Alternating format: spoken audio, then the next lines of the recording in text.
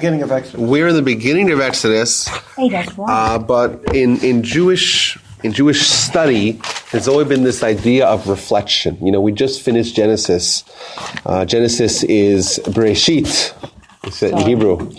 And Bereshit, we learned a lot of narrative, a lot of dialogue, a lot of history about our forebears. And we look at Genesis in several ways. We can look at it as kind of the groundwork for the Jewish people. And we don't really meet the Jewish people. We meet the Jewish family. We meet the Jewish forebearers. We meet the forefathers. We meet the visionaries behind the Jewish idea. We don't yet meet the Jewish people. What's going to change from Genesis to Exodus is a very important shift in the focus of what the Torah is trying to convey. If Genesis was about the Jewish family, Exodus, Shemot, is about the Jewish nation. And the Jewish nation is going to begin in a very sorry or very unfortunate state in Egypt as slaves. Now, Genesis, so we said, is the formation, but also Genesis is the story of great individuals. If you look at the breakdown of the 12 sections of Genesis, we essentially find that the first section, Bereshit, is a story about Adam and Eve. Noah, obviously, is about Noah, the story of Noah, the remarkable individual and episode of the flood and Noah and then his family. And then we settle down, we talk about the three pivotal characters, three and a half pivotal characters of Genesis and the forebearers of our nation, that we call them the forefathers of the Avot. That's Abraham, Isaac, and Jacob. So we have the parsha Alech Lecha Vayera is about Abraham, and the great lessons and the stories and the insights and the teachings that build us as a nation in the tradition of Abraham. Then we have Isaac and the lessons of Isaac and the traditions and the behaviors that we have from Isaac. And lastly, Jacob as well. And Jacob and eventually Joseph. And we look at the forefathers as being not just people with ideas or with ideals or with mitzvahs or with, our forefathers, but they embodied, they personified what it is that we are as a nation.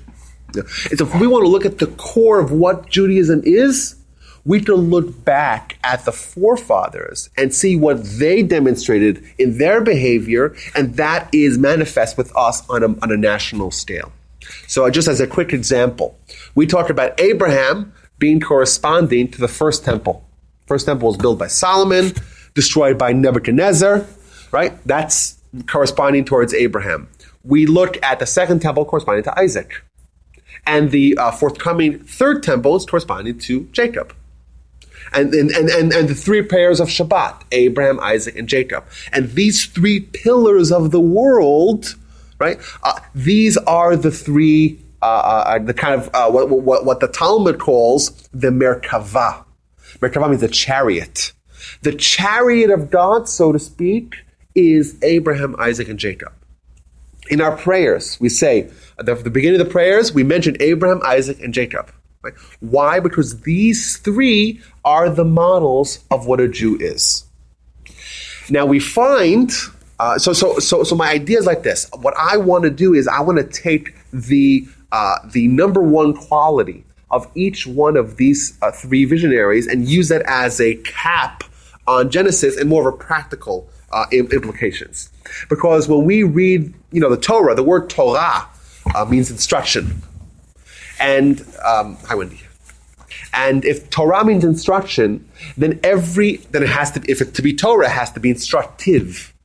If you find a narrative in the Torah, if you find a dialogue in the Torah, if you find a story in the Torah, you have to say, okay, this is Torah. Thus, if it's Torah, it's instructive. And then, therefore, the proper question to ask when you read the Torah is, what is the instruction? The Torah is not necessarily just telling us history and stories for our own amusement. It's telling us for the lessons. So, and the commentators and what we try to do on the micro scale is take the little bits of Torah that we're reading and ask ourselves, okay, what's the lesson? How does that apply to me? Right? Trying to dig deeper. Now what we're going to try to do is zoom out a little bit and look on the big picture. The big picture, zoom out of Genesis. What do you see? You see the remarkable individuals that to this day are inspiring their nation. Abraham, Isaac, and Jacob. Now we start over here in Pirkei Avot. There's a very famous Mishnah, the second Mishnah of Pirkei Avot. Everyone's here heard of Chapters of the Fathers? Right? This is the book of Jewish ethics, the very first book of Jewish ethics. And in the very second Mishnah, very second statement says as follows. On three things, the world is supported. There's three pillars that uphold the world. Now remember, we just mentioned that there's three pillars that uphold the world. Abraham, Isaac, and Jacob. But three things that uphold the world. Al shlosha dvarim ha'olam omed. On three things, the world is supported. Anyone everyone's familiar with this? Al Torah, on Torah. Al Avodah, on service. Gemilut chasadim. Right? These three things. These are the three things that uphold the world. Gemilut chasadim, which means kindness. And the Zohar tells us that the fact that these are the three pillars of the world is no coincidence. Because those same three pillars that we talked about, Abraham, Isaac, and Jacob, the ones that we mentioned at the beginning of our prayers, right? The forebearers of our nation, the three pillars that hold up us, they correspond to those three same qualities. Thus, the quality of Torah, Avodah, and Gemilut Chasadim are manifest in Abraham, Isaac, and Jacob. Now, how so? When you read about Abraham is very famous. Abraham's a pivotal character in world history. Why is that? Because Abraham changed the world more than anyone else in the world did. Abraham emerges in a world of total paganism. And Abraham introduces a radically different idea, a very controversial idea, but an idea that has changed the world. And that's the idea of God. If there is a God, we all pretty much agree that it has to be the Abrahamic God, the monotheistic God. At that time, it was a pagan world. Right? Everything was all physical. The idea of a spiritual being a separate plane was totally foreign. Abraham comes and introduces that idea. You open up the Torah, and what do we meet? We meet Abraham. And what are we told about Abraham? What's the overarching message of the two or even three sections of the Torah that talk about Abraham? There's one overarching quality that is emphasized again and again and again about Abraham. Kindness. The Torah says Abraham's faith was manifest in his kindness. Now, what does faith and kindness have to do with each other? They seem to be different. Faith is man and God. Kindness is man and man. How do they seem to have any overlap? It's a very interesting idea, like big picture. Abraham is the one who introduces the idea of faith. Fantastic, right? Maybe it should have presented him in the Torah as a man who went and had ideas, and they were very unpopular. And he stood up to the world, and he went and taught and gave lectures and made disputations and would debate and argue and would go to town, pontificating and delivering messages and putting postcards and disseminating an idea. And you open up the Torah, you find nothing about that. It's all about Abraham with those three angels and the maniacal kindness that he had. Abraham trying to intercede on behalf of Sodom. Abraham saving his brother-in-law Lot. You don't find anything about his faith. So there's a very deep idea here being conveyed. But Abraham clearly is the paragon of faith, of kindness. One of the pillars that uphold the world in more ways than one. Abraham and the quality of faith, of kindness. Isaac. Isaac, we find very little narrative about Isaac. What we do find several times is that Isaac is going out to the fields. Isaac was always in the fields. Be'er lachai ro'i, remember that? Rebecca's coming back with Eliezer, and they see Isaac, and she falls off the camel, right? And he was out in the fields. What was he doing in the fields? Vayetze Yitzchak lasuach basadeh. Isaac went out to talk in the fields. Was he one of those guys? Was he nuts? Maybe it sounds like he was talking. Lasuach, to talk. The answer is that lasuach sicha means conversation. And we're told in the Midrash that there's 10 levels of prayer. There's 10 asar leshonot. There's 10 words associated with prayers, just like the Eskimos have 7 words associated with snow. right? They have such nuance. In Judaism, there's 10 words of 10 different styles. It's a very highly nuanced. Lasuach sicha is the highest level. Right? When it says Vayetze Yitzchak lasuach basadeh, means Isaac went out to pray. Isaac is the paragon of prayer. Prayer is very personal. Prayer is very private. We don't believe in praying out loud, at least on the personal themes.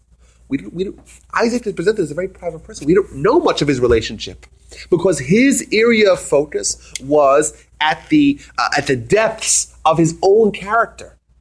It was private. It was him and God. It was something that we don't need to know about so much. Right? Thus, the Torah seems to, not necessarily highlight his quality because it tells us what it is, but it also tells us that you should know that this is something that's very private and personal. Right? Your prayer. Fast forward, and that's the second thing that upholds the world. And lastly, V'Yaakov Yoshev Ohalim. Yaakov was one who sat in the tents of Shem. Yaakov is presented from day one as being Torah study, as being dedicated to the ideals of Judaism. Of studying, of being in the pursuit. Remember, what happens to Jacob? He's sitting, Yoshev Ohalim, that's what it says to him at the beginning. He's sitting in the tents, studying Torah. And then, with the whole episode of stealing when he usurped the blessings from his brother, right? Remember, y'all remember that? And, the 90th minute, he snuck out, and then Esav says, I'm going to kill him, and Yaakov runs away. So there's 14 years that are unaccounted for. And Rashi tells us that what did he do during those 14 years? He went to study in yeshiva. Before Jacob departed Israel to go east to see his spouse, he spent 14 years straight in yeshiva. And in fact, we're told that he didn't sleep. He didn't sleep. And we remember when he went and he lied down and he had the dream with right? He went to sleep. Rashi tells us over there that this was the first time he had actually went to sleep. He had lied down in 14 years. Because he was so intensely studying that he would study, but when he was tired, he would put his head down, quote unquote. He didn't have a established time of sleep. That was his dedication to the Torah study. Obviously, the paragon of Torah study is somewhat beyond our capacities. And my grandfather would say that he had an instructor in one of his yeshivas who would, as a quick disclaimer, I'm not going to debate the merits of this behavior. Right? This is whether or not you think it's something that's for us or not is an open question. But either way, he said that he had a teacher that would study Torah in yeshiva. Okay, great, fantastic. Lots of guys in yeshiva studying Torah. But then at night, he would just stay there and he would study Torah until he was tired and he put his head down until he woke up, and then he would continue to study Torah. And he would do that for the entire week, and he would go home to his family on Shabbat. That's it. Like I said, I could see that there's skepticism, and I agree. Obviously, that's somewhat of an extreme dedication to Torah study. But that idea was even found in the 20th century. Either way, this shows us that Jacob is representative of this third quality of Torah study. And as we know, Torah study is has been a national obsession for the Jewish people for millennia. That's who we are. We're a nation where if you push us, if we're endangered, if we feel cornered, if we feel uncertain, we automatically pray. That's what happens. That's what a Jew does. My grandfather tells the story that he heard from one of his students in the War of Independence in Israel, 1948. He says that there was one of his students was on a ship. Okay. The ship is full of soldiers, but these weren't necessarily experienced soldiers. These are like young, idealistic, Zionistic, mapamnikim, as they say. Left wing, kind of more the idealistic kibbutznik type, and that kind of model is not very faithful. That's just the way it is. And they were hit by a torpedo, and they start calling out for help, and the ship is slowly sinking. And then, as if in unison, the entire people start calling out, "The Almighty, please help us! HaKadosh Baruch Hu, save us!" And my grandfather would say that this is like an instinct that the Jewish people have.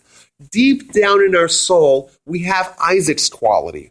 We have the quality of being dedicated, linked in our soul, in a level that's so deep that we don't even feel it. It's covered with this. There's a lot of levels that we have to penetrate to actually tap into that. But under certain circumstances, our soul will cry out to God in prayer. When you say Yaakov was studying Torah, what do you mean by that? That's a question that you've asked me already twice. You know that, right? Because this was not there yet. I was going to ask you also. Yeah. It's a good question. But you remember you asked me this, right? You remember you asked me this in a studio about a month ago. Yeah. I'm kind of old. That's okay. I was wondering because That's a very good question. The answer is like this. Torah existed 974 generations before the world was created. yeah, Now, it existed in a different plane, right? In a different phase. It wasn't written down, like you said.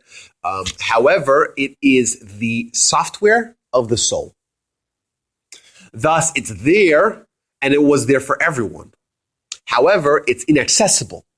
If y'all remember, if you ever heard of this idea of the child in utero studying the whole Torah, anyone here heard of that? Yes. Yeah? And you forget it when you're born. That is a Talmud in Tractate Nida, 30b. Okay? That's what it says. Child in utero studies the whole Torah. About to be born, they forget it. Now, what does that mean? Like, it's a very bizarre statement. Like, why teach the child the whole Torah? If only they forget that. Why the child in utero? It's a very bizarre kind of teaching.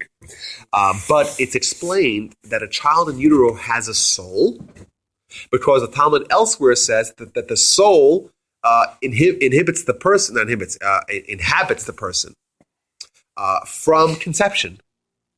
Thus, throughout the gestation process, the child has a soul. And the soul innately knows Torah. That's what a soul is. A soul is spirituality. It has overlap with Torah innately. Thus, the child in utero knows the whole Torah.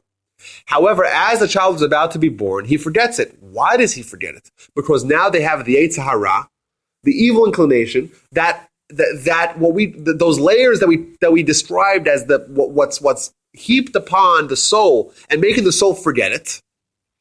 That is given to the child at birth. Thus, in the interim, from when they have the soul to when they have the inhibitors of the soul, they have just an unhindered and untethered and unsullied soul. Thus, the child innately knows the whole Torah. As they're about to be born, they get the influence of the evil inclination, they forget it. But it's there. It's still there. The soul's still there. It's just covered up. If you were able to dig deep within yourself, if you were able to uncover the full power of the soul by subjugating the influence on top of it, by overcoming the powerful inhibitors that are placed upon the soul, you indeed would know Torah without having to have external instruction. In fact, the Midrash asks the question that they've asked. It doesn't ask the question about Jacob. It asks the question about Abraham. And it says as follows. And Avi here will help me to make sure that I'm not mistranslating it. Mehechan lamad Avraham avinu Torah. From whence did Abraham study Torah? Me'atzmo lamad. He learned it from himself. From himself. From himself? He taught himself? No. From deep within himself, he had it there already, implanted on his soul. Thus, to answer your question, all of us, without learning the Torah, can theoretically know the whole Torah. I say theoretically because we have to be people like Abraham, Isaac, and Jacob to achieve that, which is highly unlikely. So in theory, we can. And not only us, even Gentiles, or even people that have nothing to do with Judaism, because they have a soul. If they have a soul, by dint of having a soul, they can have the powers of the soul, the knowledge of the soul, the Torah of the soul. So that's how Jacob studied Torah. That's how you study Torah before it's actually given. Now we have the Torah externally, where we can study the Torah. It's much easier for us to learn Torah, to internalize the Torah. But essentially what we're doing is we're creating a bridge between us and kind of our soul. Because our soul, like when you read this, the soul stirs to life. The soul is kind of hearing its natural tongue being enunciated outside. It kind of like you awaken the power of the soul because the soul may be dormant within you, but when it hears the Torah, it wakes up, it perks up. You awaken the sleeping giant within ourselves. Either way, that's the recap of Genesis, the qualities of our forefathers. And what I want to do is really dig deep. This is not a class of surface level learning. Is that right? No, is it? It's not. It's not, right? Do we take things for granted or at face value? Absolutely not. Thus, what I wanted to do is, first of all, I'm going to open this to a floor vote. But we're going to dig into one of these three topics, either Torah or Avodah, service, prayer, or Gemilut Chasadim, kindness. And we're going to try to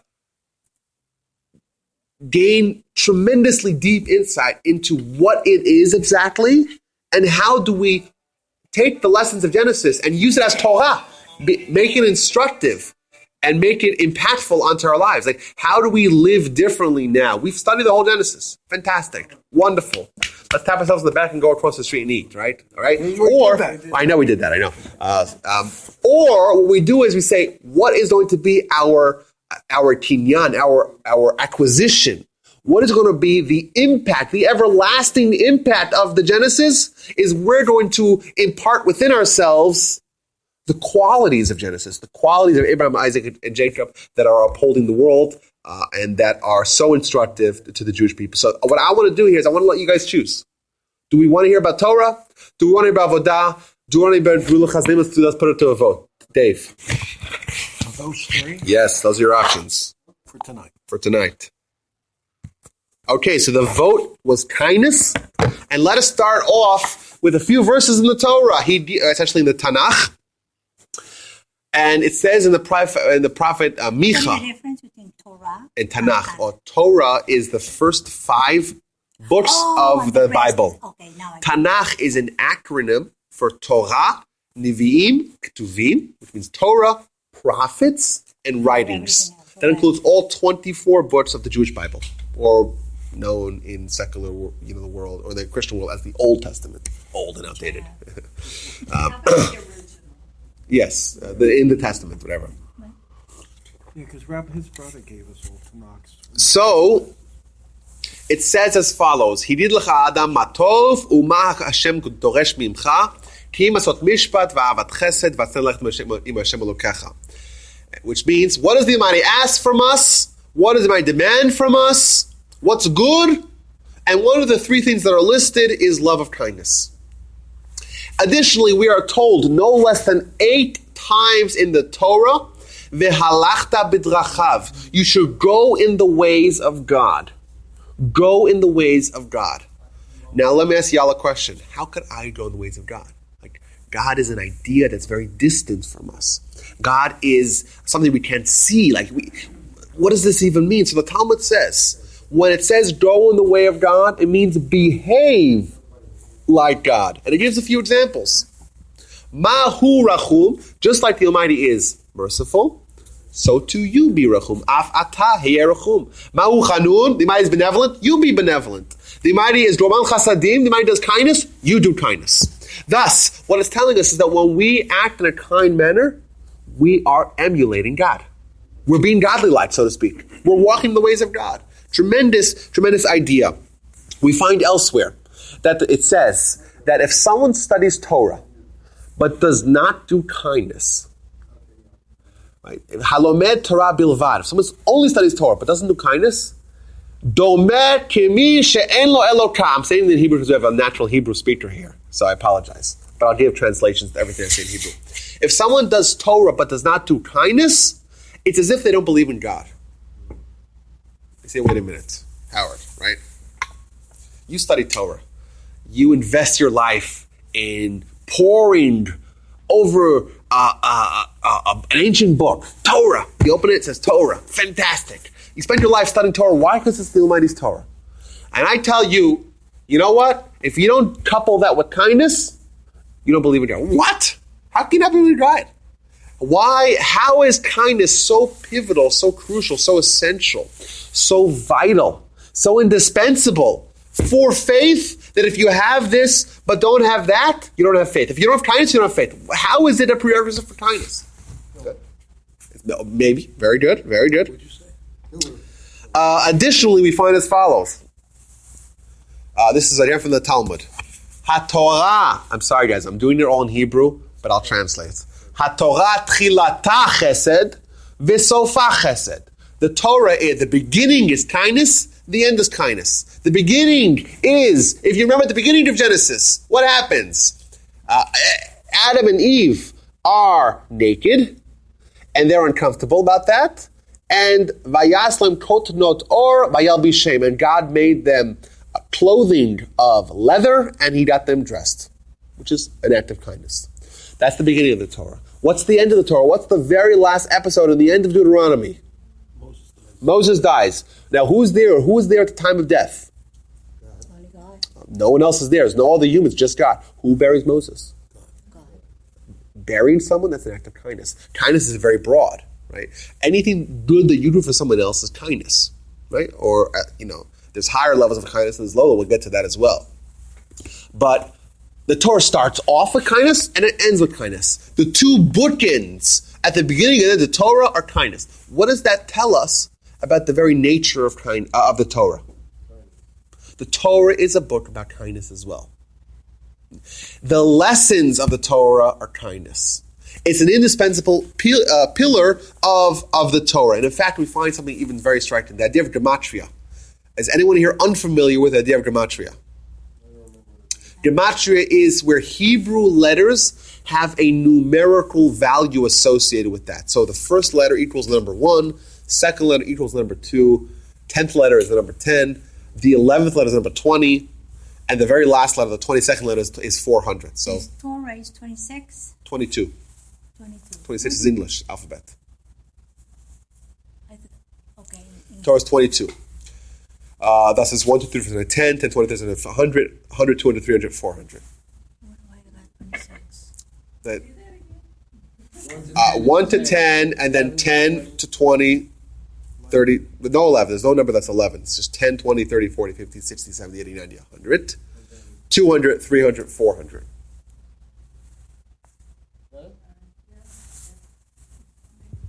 So the last, You can do it again. the last four letters. 1, 2, 3, 4, 5, 6, 7, 8, 9, 10, 20, 30, 40, 50, 60, 70, 80, 90, 100, 200, 300, 400. That's 22 letters. Yeah, we good? So, and the Hebrew language is built upon a premise where the words are very much linked with their meanings. But also that the numbers of letters that correspond to the words are also have meaning as well. So the word Torah is 611. Now, how many mitzvahs are there in the Torah? Who knows? 613. 613, right? 613 mitzvahs in the Torah. However, we find the following statement. Torah tziva lanu. Who can finish that sentence? Louder. Torah, right. Torah tziva lanu. There you go. That's a sentence in Deuteronomy. Torah was instructed to us by Moshe. Now, if y'all remember, this is a little bit of a spoiler alert for Exodus. So, spoiler alert, in Exodus, we're going to have this momentous event on a mountain called Mount Sinai. And there's going to be 10 commandments. The first 2 commandments are going to be delivered by the Almighty. Thus, if you have 613 mitzvahs, 611 of them were given to us by Moses, right, as a conduit. 2 of them were given to us directly by God. Thus, Torah, tziva lanu Moshe. Makes a lot of sense. 611 were given to us by Moshe. Now, you'll have to trust me for the next one, but the numerical value of Torah is 611. The numerical value of gemilut chasadi, which means kindness, is also 611. Perhaps the lesson is, do not underestimate the centrality and the importance of kindness. Don't think that, Torah is so important. No. If you study Torah alone, you don't believe in God. You have to have a harmony of Torah and kindness. Okay, now what's kindness? Who remembers here Let me do a little test here. A little Genesis flashback. Who remembers an episode? I'm trying to think of a good way to mask the question. There's a little quiz here. There was an episode where there was someone who was looking for something, and it was looking specifically that that something should have the quality of kindness. Maybe I'm giving it away, maybe not enough. Rebecca, booyah, that's what I was looking for. I'm trying to not say enough, but still say enough. If y'all remember in Parshat Chayei Sarah, in the fifth of 12 sections of Genesis, Abraham is looking for a wife for his son Isaac. He sends Eliezer with 10 camels. They head east to his family. He goes to the well and he starts praying.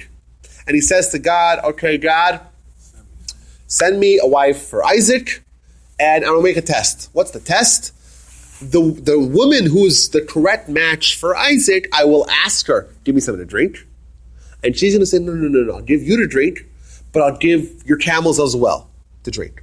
So what happens? Rebecca walks out and she has the jug. She goes and he runs over to her and says, give me something to drink. She says, oh, sure. She fills up the water for him, gives him to drink. And then she, without even being prompted to, without being asked to, she starts running and giving the camels to drink. Right? Eliezer, right, on instructions of Abraham, was looking for a woman who is going to be kind to be the wife of Isaac. Now, perhaps it's just a coincidence.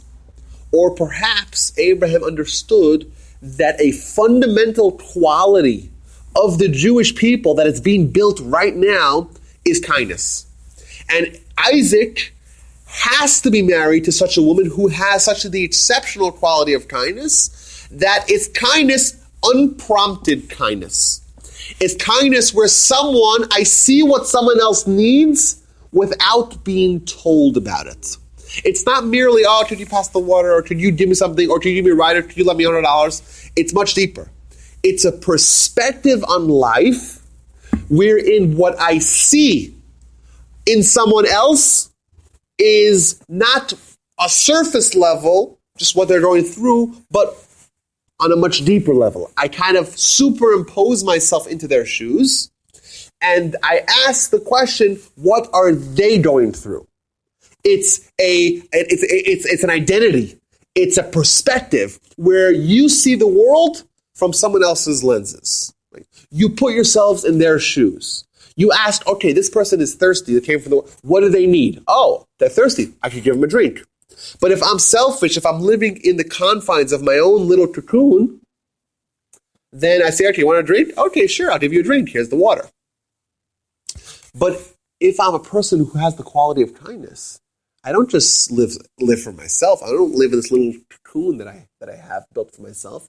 Rather, I go into someone else's life and I break out of this little jail, perhaps, that you might call it. And I would say to myself, okay, this person, what do they need? And if I ask myself that question, if I have that perspective, then of course they need to have, water for their camels. Look at them; they just came weary from traveling. Thus, the quality of kindness, that is the Abrahamic quality of kindness, is not merely about doing good for others. That's kindness. That's a much lower level. The highest level, the one that we're trying to emulate, the one that we have to take with us in our emergence from Genesis, is Abraham and Rebecca level quality of kindness. I see the world from someone else's perspective. I ask myself the question, what are they going through? Classic story. Maybe y'all have heard it. If you have, then forgive me if I repeat it. The story of kindness. A rabbi gets knocked on the door on the day before Passover. Who here is familiar with the story? Just raise your hand when it becomes familiar, if it does. Maybe it doesn't. So the rabbi gets knocked on the door the day before Passover, very busy day for rabbis, and one of his constituents is there, says to him, Rabbi, I have a question. Oh, you have a question? Fantastic. What's your question? I would like to know if I could use, instead of 4 cups of wine, 4 cups of milk. Okay, who here has not heard it? You have not heard it? I haven't heard of it. Okay, that's good. Okay. He wants to know, can I use 4 cups of milk instead of 4 cups of wine? The rabbi goes to the bookshop and starts looking and says, I don't know. Well, he tells him, no, listen, no. But I give you some money. He gives him some money, gives him a sizable amount of money, and the guy goes, fine. So the rabbi's wife was privy to this whole interaction. She says to him, okay, the guy says he doesn't have money for, I guess, wine. He wants to use milk instead. Give him money for wine, or just give him a bottle of wine, right? Why did they give him such a sizable amount of money? So the rabbi tells his wife, well, from his question, I understood that he doesn't have meat for the meal either, because he would never have considered to drink 4 cups of milk if he has meat as well in the meal. Must be that he has no money for meat nor wine. So I gave him enough money for everything, for meat and wine. My grandfather would use this story as an example of what kindness is. You know, if it was one of us, not one of us, you guys are probably all kind, but if it was me, someone comes to you with a question, you know, so what? I don't know, maybe I am. Okay, so if it came to you, okay. And you're presented with a question. So there's a surface level, there's a deeper level. You say, okay, someone could use milk. So you say, no, well, they can't use milk. Only a heartless person wouldn't help that, you know. Everyone would say, you know, poor guy doesn't have enough money for wine. Give him wine. The kind person takes it a step further. The kind person asks the important question or has the important perspective of what is that person going through. And then if you think about it from that vantage point, then it's clear to you. Clearly they don't have money for meat either. It's obvious that they're saying they don't have money for meat. You know, surface level, they're asking about milk, but at a deeper level, it's clear they don't have meat either. That perspective is the perspective of kindness that Rebecca demonstrated. Now, if you were to think about it this way, like, okay, so this is a really nice high-level quality, very, very important, you know, very, you know, this great rabbi and Rebecca and Abraham. I want to say perhaps that this quality is so fundamental to our life, and it's so impactful in so many different areas of our life that we all need to have it. It's not just that it's, okay, we learned Genesis, let's take the lesson at Genesis. It's not like, oh, we're Jews, and this is, you know, Abraham's quality of kindness, and this is the 3 pillars that uphold the world. Let's learn about it. It's essential for us in life. We cannot live life without, you know, incorporating within ourselves some measure of this quality. How so? I'll start with number 1, marriage. I argue that the only way for someone to have a successful marriage or harmonious marriage is if they incorporate this quality into their lives. You know, we start off life as babies with almost not a single redeeming quality, you know, besides for being cute, I guess, you know, smiling. But a child essentially incorporates all the bad mitos, all the bad characteristics that, you know, they're selfish. All they care about is themselves. You know, they don't pay any, they don't heed at all to the fact that their mom may be sleeping at 3 in the morning. Maybe radically, is that radical, huh? If I'm hungry now, or if I'm unsettled now, if I'm scared now, or if I'm whatever now, if my stomach's hurting now, I will scream until it's taken care of. Right? That's selfishness. Right? All you care about is yourself. That's how we start life. You know, every one of us. You know, a small child rarely wakes up to tend to her crying mother. It doesn't happen. It happens the opposite. You know, children don't care about others. All they care about is themselves. Over the course of our lives, you know, obviously with some instruction, but also with some maturation, we learn to slowly see others, to be considerate of others, right?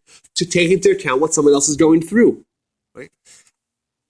Kindness is the nth degree of that, where you see every individual that you encounter, right? But let's say we were not kind. Let's say we're selfish. We come to marriage. What happens when selfish people marry each other? Yeah, okay. But break it down for me. What happens is that they're each selfish, right? If they're selfish, right, then they don't compromise. If they don't compromise, then what happens? Anytime there's a conflict, right? I want it my way. I don't want to give it. I'm selfish. I don't care about what you think. Well, she wants it her way. Conflict arises from selfishness. Marital conflict is the result of selfishness. It's a result of the 2 people not breaking out of this own little identity cocoon that they've had since they were babies. And what happens? They don't become one new identity. Because in order to forge a new identity, in order to be, as it says in Genesis, hearkening back to Genesis, a man shall leave his father and his mother, shall cleave to his wife, and they shall become one flesh. That's what marriage is about. That's what happened. Remember Adam? Adam said, this time it's bone for my bone, flesh for my flesh. Lezo yikare isha. This one I'm going to call a woman. Al Cain, therefore, a man shall leave his father and his mother, shall cleave to his wife, and shall become one flesh. That's what marriage is. You have to abandon your father and your mother. You have to leave. You have to abandon the qualities that happened to you when you were under the tutelage of your father and mother, when you were but a little lad, when you were selfish. You have to break out of that in order to be married. If you don't have that, you don't have any chance in marriage.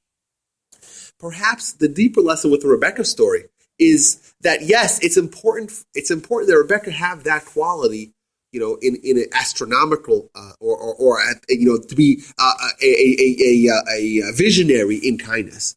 But really, for every marriage to succeed, it has to have some level of Rebecca and Abrahamic quality kindness for it to succeed. Otherwise, you could have separate. It does exist, really, this idea at least of separate remote controls and separate cars and separate bank accounts and separate bedrooms and separate televisions and separate lives. That unfortunately is a reality. That's not marriage. For marriages to be successful, they have to incorporate the quality of kindness. I would argue that kindness is also the key to faith. If you remember, we talked about Abraham. Abraham is the paragon of kindness. However, we know that there's a backstory to it. We know that Abraham was the leader of faith. We know that. And we asked the question at the beginning of our discussion, well, why is Abraham presented not as the theologian who introduced a new idea of monotheism to the world? He's not presented like that. He's presented as the leader of kindness. What's the overlap? How is it possible? Was Abraham just going this is divergent evolution? Like he just happened to randomly be great at kindness and randomly be great at faith. He was just a great guy and they have no overlap? Or perhaps it's a deeper level. And in fact, the Talmud tells us. Am I speaking too fast, guys? We're good. Perfect. Talmud tells us. Talmud makes a connection between fear of God, faith, on one hand, and kindness. That these two are linked. Once again, we see the idea of Abraham incorporate within himself these two qualities. Yes. Well, fear of God means a seriousness in the relationship of God. Thus, faith. That's what fear of God means. Faith was you just don't even think, just believe it. Faith, no, but faith is you live it. It's real. It's palpable. It's tangible in your life. So remember, you don't know, but I grew up in a Roman Catholic world. Yes. And they keep telling you, faith. But Jewish faith is about fear of God, which means you act in a different way than you would have otherwise. Okay. Right? Now, like this. What could possibly be the overlap? The answer is as follows. Back to that child, that bratty, obnoxious little baby who's adorable. I know, I have a bunch of them myself. They're adorable. Right? What do they see? In their view, who exists? They exist. They're locked in a box, and the only thing that they possibly see is themselves. Do they see others? No. Do they see God? Also not. What happens? The child matures, the child grows, the child breaks out, takes a little chisel, makes a little hole in this little cocoon that they had come into the world in. What do they see? It's like you open the window, you see the sky and the trees and the grass and the people. Once you have the window open in your heart, you see others. You have kindness, you see God, you have faith. At the core of what changes in a person from being a man who does not have faith to a man who has faith. When I say man, I mean man as in a mankind, right? Not man versus women. Mm-hmm. What changes when a man has kindness, right? From when they had no kindness, it changes that their perspective on the life changed. They open up a window in their heart. Once you have this window open, faith is possible, kindness is possible. Otherwise, it's impossible. Thus, Abraham is presented as the paragon of kindness. You know why? Because his heart was wide open. His heart, and that's why he had the faith as well. Those two things were a result of Abraham going through the process of opening up his heart. And he allowed the faith, he allowed the kindness, because that will result after you know about this process. But when does child start seeing the other? Okay. Is it when he has a brother suddenly? Because, man, I've seen kids that were born maybe 3 years apart and one hate the other. Yes.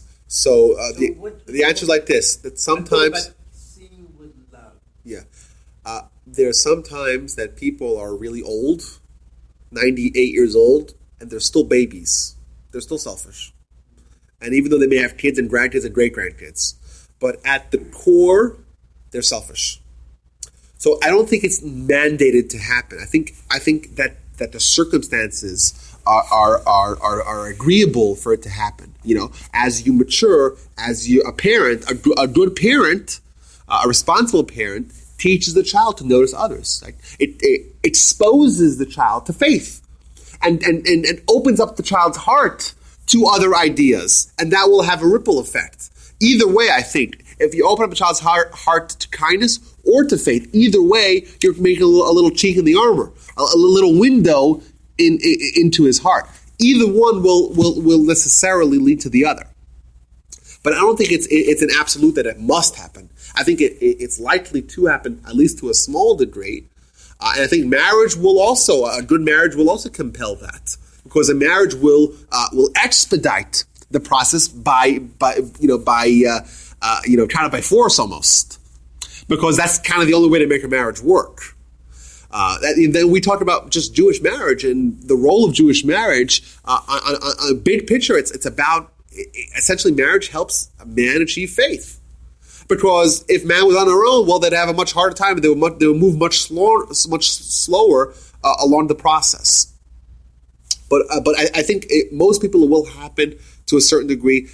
The great people, it happens to an incredible degree. Like the people that genuinely care about other people, genuinely, and they have concern, and they have sleepless nights. You know, my grandfather always told the story about his Rebbe, Rabbi Yerucham Levovitz, in Poland, in the Mir. He said that there was a Russian student, who was, I guess he was in yeshiva, but he went back to his family, and they put him into the army. Now, to go to the Russian army means basically you have now 25 years. You're going to be in the army. Like, what's going to happen to you, to your family, to your life, to your nothing, right? He was so worried about it that he went. This is what my grandfather says. He went to sleep at night with a black beard. Woke up next morning with a white beard. He had such terrible concern, as if it was his own child. That's what the great people looked like. You know, so it's a spectrum. It's a very wide spectrum. Of course, on the top of the spectrum, you have people like Abraham and Rebecca. You know, Jews, more than any other group, personify that. Who are the ones who are talking about, a care for the less fortunate? Just not even Jews that are religious, but just Jews. We have this innately because we're descendants of Abraham. You know, this is the hallmark of our religion. You know, we care for others. But where did that come from? It came from Abraham. And that's why Jews, even Jews that are very distant from Judaism, have an open heart. You know, Jews are traditionally more liberal. You know, I don't want to get the whole politics. I don't want to go down that rabbit hole. But traditionally, Jews are more of the ones who are concerned, who are philanthropic for the needs of the poor, who open up their hearts and their pockets and their lives to those that are less fortunate. Well, where did that come from? Perhaps that's the echoes of Abraham.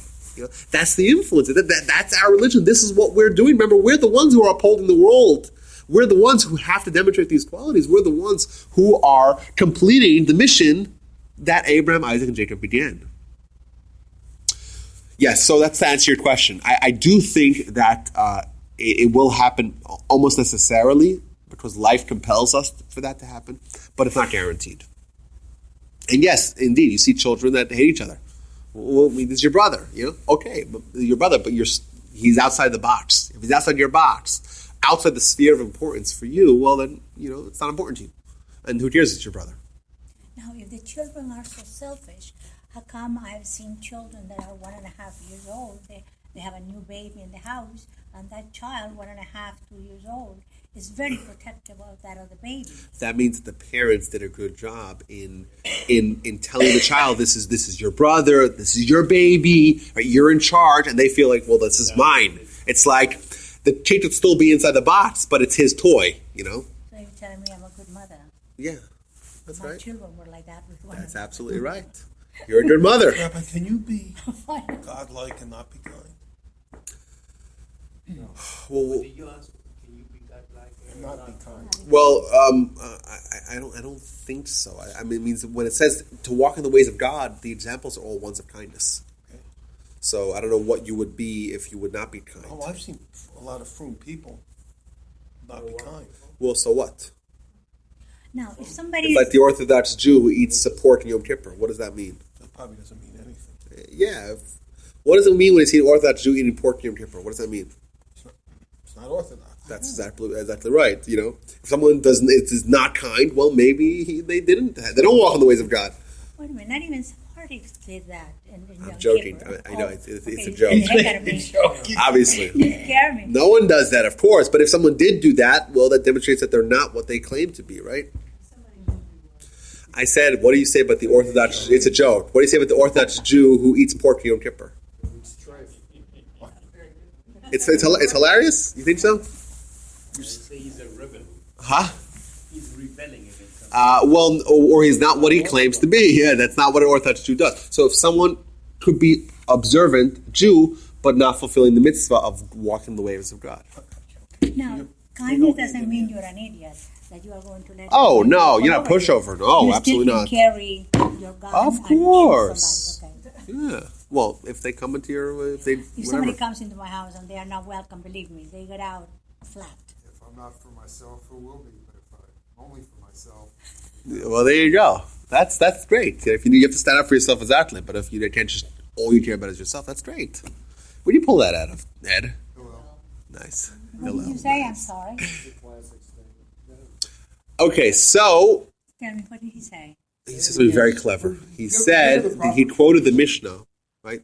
Im ein anili mili. Ani la'atzmi ma'ani. V'im la'achshavei matai. Which means as follows. If I am not for myself, right, who will be for me? If I don't fight That's for myself, no one will fight for me, right? But if all I care about is myself, then what am I? Right? And if not now, when? Did I do a good job representing your statement? Thank you. Lastly, I want to give you guys a head start into Exodus. Exodus, we meet a man who's going to be the central character to the end of the Torah, Moshe. What do we find about Moshe? What's the first thing, the first episode of Moshe as an adult? The Torah tells us Moshe as a baby. And then in chapter 2 of Exodus, verse 11, we find the following statement. It happened in those days, and Moses grew up. Vayigdal hayel, or vayigdal ha'ish, vayigdal yeled. Moses grew up. What happened? Vayetze el achav, he went out to his brethren. Vayar b'sivlosam, and he saw their suffering. Vayar ish mitzri matri ish ivri me'achav. I think that's what the verse is. And he goes out and he sees the suffering of the Jewish people, and he sees the suffering. He sees an Egyptian man striking a Hebrew man of his brothers. So if y'all analyze this verse, you'll find that something is repeated twice. One word is repeated twice. I'll read it again, okay? It happened in those days, and Moses grew up and went out to his brothers and saw their suffering. And he saw an Egyptian man striking a Hebrew man of his brethren. There's the word saw twice. So the Midrash asks, what did he see? He's seeing something. What's he seeing? And then it says, this is what he saw. He saw 6 things. 6 things. 6 things. Thing number 1. He saw an old man doing the work intended for a young person. He saw a young person doing the work intended for an old person. He saw a small person doing the work intended for a big person. He saw a big person doing the work intended for a small person. He saw a man doing work intended for a woman, and he saw a woman doing work intended for a man. 6 things that Moses saw. As the Midrash tells us. What is it telling us about Moshe's character? Remember, this is the first time we're going to find the most important character in the Torah. This is the first thing we find out about him. Analytical. No, not only that. He sees what other people are going through. He has Rebecca's quality. He sees the details, the minutia. So many different things he sees. All these particular aspects of another person's life. That is the quality of Moshe. Continues the Midrash. Go ahead. That's in the Torah. What's in the Midrash? Midrash quotes that. And you can just delineate that. 11. Sorry? In the Midrash. I mean, but there's 2 statements with saw, and you give us. Well, the Midrash is what we call part of the oral Torah, which is the teacher's edition. Teacher's edition. So they interpret. Well, it's not interpretation. It's a reflection. Okay, we're going down another rabbit hole here. Yeah, okay, but We are talking about this class. Yeah. It took a year and a half with Genesis, remember? yeah, I remember. I Broke the know. neck. I will try to answer the question without being here till midnight. The idea is like this: when the Torah as a written document is an incomplete document, that's undeniable to anyone. If God gave us the Torah, clearly He gave it with some oral companion. And in fact, the Torah itself, i.e. the written Torah, talks several times very clearly, and several times a little bit less clearly, but implicitly, that there is an accompanying corpus. Now, we have a tradition that of the details of this corpus, right? Incorporated the Talmud. Talmud is 63 books that are written about that, when it eventually had to be written. We have the Midrash, the many, many different volumes of Midrash, etc. That's briefly to answer your question. Thus, the Torah is telling us, as the very first episode we find about Moses, it tells us that he had this quality, and then continues the Midrash. And this is I think striking. Says God, so to speak. God speaks. God says, "You know what, Moses, you were a prince. Moses is a prince. He's walking out. What does he see? What does he do? He spends time with those that are much lower than him." God says, "You know what? I will do the same to you." God always works midah k'neged midah, tit for tat, measure for measure. Says God, I will abandon the heavens and I will lower myself to talk to you. Just like you abandoned your level of stature and you talked and you cared and you had a concern about the Jewish slaves. Thus, the Torah is telling us from the very onset of the story of Moses, what is the quality that propelled Moses to greatness? He had the concern of everyone. And he wasn't just concerned, I'm really concerned. It was a detailed concern. 6 different things. Well, why do you tell us what the details are? Because that's what Rebecca taught us. That's the kindness that we're looking for, where you actually see what every individual is going through on their level, right? What are the particular aspects of the troubles that this individual is coming through? And this is the quality that propelled Moses to grace. I want to say another point. The first episode of prophecy that Moses had, right? Who remembers where that is? This is also spoiler alert for Exodus. What's the first episode of Moses having prophecy? The burning bush. Booyah. The burning bush. What does God say? He sees the burning bush and it's not being consumed. It's very bizarre. And God tells him, take off your shoes. The first instruction that Moses has is take off your shoes. I want to say that this is a little bit of a darash. Darash means it's not the simple understanding, but it's perhaps an illusion. Not illusion, alluded to. It's allusion. Perhaps what it's saying is, Moshe, you should know. You're about to be the leader of the Jewish people. The first thing I'm going to tell you is take off your shoes. The first thing I'm going to tell you is that the reason why you have this mantle of leadership is because you are not living in your own shoes. You took off your shoes, your own perspective of life. Right? You shedded that to see the life of others, to see the concern, the old person and the young person and the big person, the small person, the man, the woman. You have that concern. You are seeing life from someone else's shoes. you should know that that's the quality that's going to bring you to leadership. Thus, in conclusion, we could perhaps say as follows. Genesis taught us a lot. Genesis taught us, or gave us stories, episodes, of the great leaders and the great influencers and the great forebearers of our relationship. Abraham, Isaac, and Jacob, these are the three pillars. This is the three chariots. And this is the Jewish people. The qualities that they embodied are the ones that uphold the world, and that's what we use when we talk about tikkun olam, to fix the world. How do you fix the world? By upholding it, right? By supporting it, by infusing it with spiritual vitality. If we want to actually say we did Genesis, we got to think we could say that. We went across the street. We had the food, right? If we want to live Genesis, if we want to be different people as a result of our lessons, we want to take a chapter, a page out of Rebecca's book, out of Abraham's book, out of Moses' book, out of that rabbi with the 4 cups, out of his book, and try to incorporate on some level this quality of kindness. Not just kindness, be nice, be generous. A vision. Right? Seeing what? The details. What's this person doing? What's that person doing? All the details, all the little bits of what someone else is going to do. Take off our shoes on a small level. And you know what? We actually need to do that. Otherwise, we're little kids. We're brats. We're the spoiled kids that we're in this little box. Once we do that, we'll have much better marriages. We'll have faith.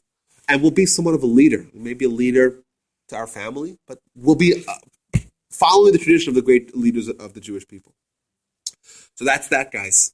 These are the lessons of Genesis, or at least one of the lessons of Genesis, and perhaps more is forthcoming. Thank you, I appreciate it. Any questions? There's a question there. I just want to say, not a question, I just want to tell you how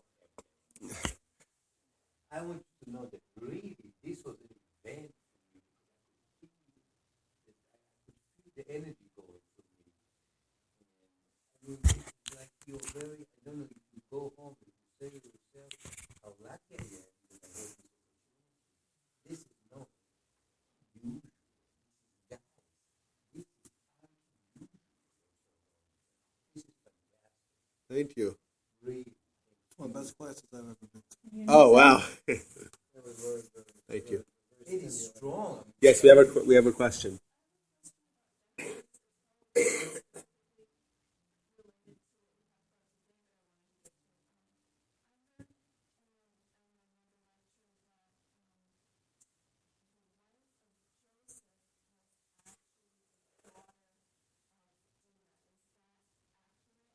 The wife of... No. The one that tried to. No. Yeah, there's something to that effect. I think the simplest, Ostas Bas Potifera, that's what it seems like.